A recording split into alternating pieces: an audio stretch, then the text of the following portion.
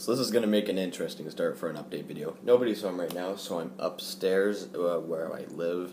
I don't live in my own home, unfortunately. Kind of sucks, but I woke up late today, so I'm currently eating my lunch at 4 o'clock because I woke up like half an hour ago.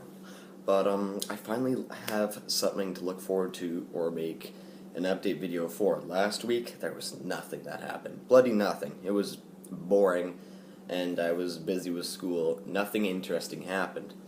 But about 2 weeks ago now, on Sunday, I ordered a package, and today it came in.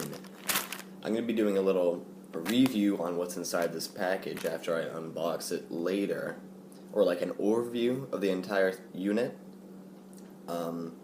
It's a camera, a really interesting camera. Think of it as a GoPro, but it's way less expensive. It's not waterproof, unfortunately, but it can film in 4K, apparently. I won't be using that function. Just 1080p at 60 frames per second is perfectly fine with me. But right now, I am absolutely cooking. Yesterday, we had about 25 degrees Celsius temperatures, which is already pretty hot, and the day before we had like 20 and then 15. It was a little bit colder. But then today, it's just insane. As you can see, it looks pretty nice outside. It's pretty cloudy, not super sunny, but it is a little bit sunny. Look at the damn temperature.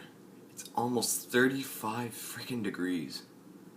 So right now I'm going to finish my lunch and I'm going to open this package downstairs. So let's just get to that. Alright, so let's get this plastic baggish kind of stuff off of it.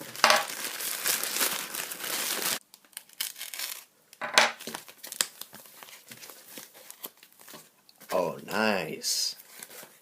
I like this package. Alright, let's start the overview. In this video, I'm going to be doing an overview of the Legend 2. This is going to be composed of an unboxing of the unit, showing off everything that's inside, showing all the different functions, the design, the field of view, and afterwards I'm going to be doing a camera quality comparison between this, which can shoot in 4K, compared to my iPad mini, which I'm using to film right now. So let's get on with the unboxing. This feels very much like an Apple unboxing. Gotta give them credit for that.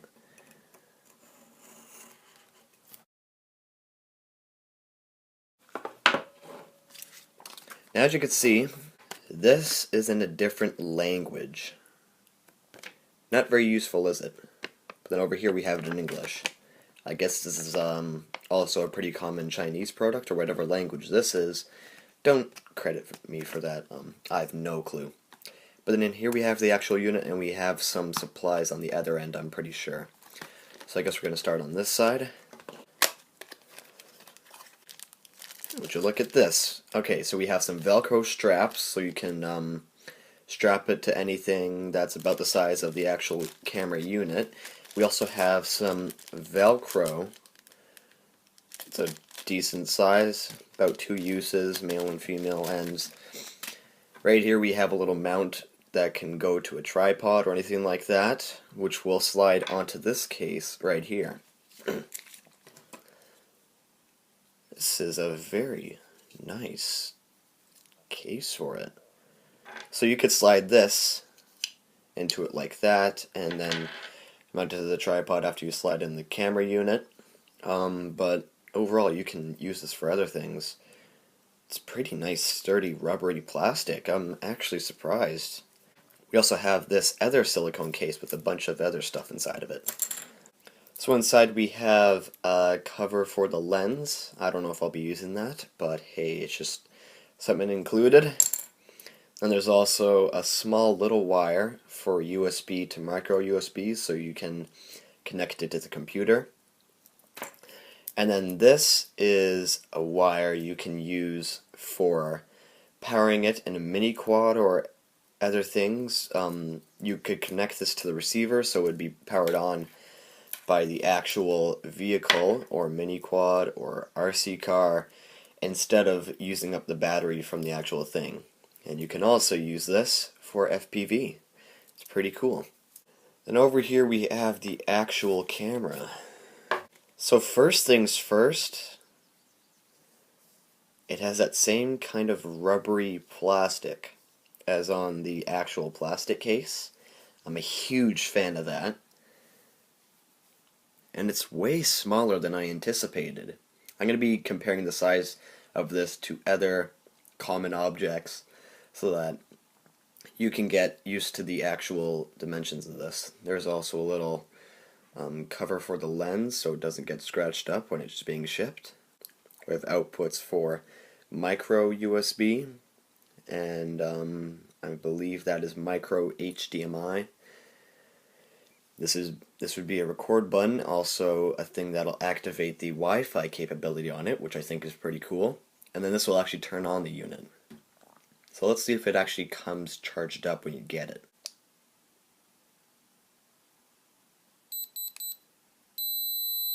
I guess so.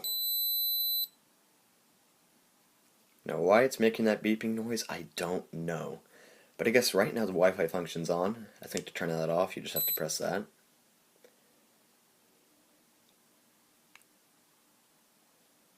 Or not. I don't know, I'm going to have to get used to this. Let's take a look at a manual and see how this thing works. So after I knew for sure that this thing was actually going to get here, today I went out to Walmart. I biked over in the plus 35 weather. It was not very fun, but I got this micro SD card with an adapter. 32 gigabytes, I think it's plenty for what I'll be using. I like the SD thing because on my laptop there's already so many ports taken up for every single USB except for one, which I usually have my headset plugged into, and then they have this SD card right there. So I really wanted to get the SD adapter with it. This is about 25 bucks without taxes, so around $30 with taxes. Well, actually, those are just estimates, but it's not how much it actually is. You could tell I had another tough time opening these bloody packages. I hate them. So right here I got a little case for it. And I guess I'll keep it inside the case a lot of the time, but probably this is going to end up staying in my laptop most of the time, and then this is going to end up staying inside this camera, because I don't use any micro SDs for anything else, obviously, because this is my first one that I've gotten. I know how to use the files and whatever, but yeah, now I can finally use this. I'm going to hook it up to the camera and get some test footage, and I'm going to see if I can get it mounted to the slash 4x4, which is under my bed right now. I think I could get some really good footage, starting footage at first, and especially because the roll cage on Scylla is very, very tightly mounted to the chassis, so everything should be really smooth for the footage. Alright, so let's get to that. So ever since I got this camera a few days ago, I've had a few troubles and I've had a few awesome ideas on how I could use this.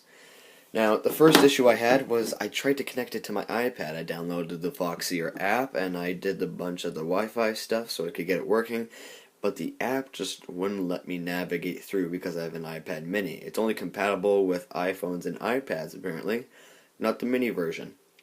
That is a huge disadvantage for most people that want to buy this camera because, well, yeah, it doesn't work too great, does it?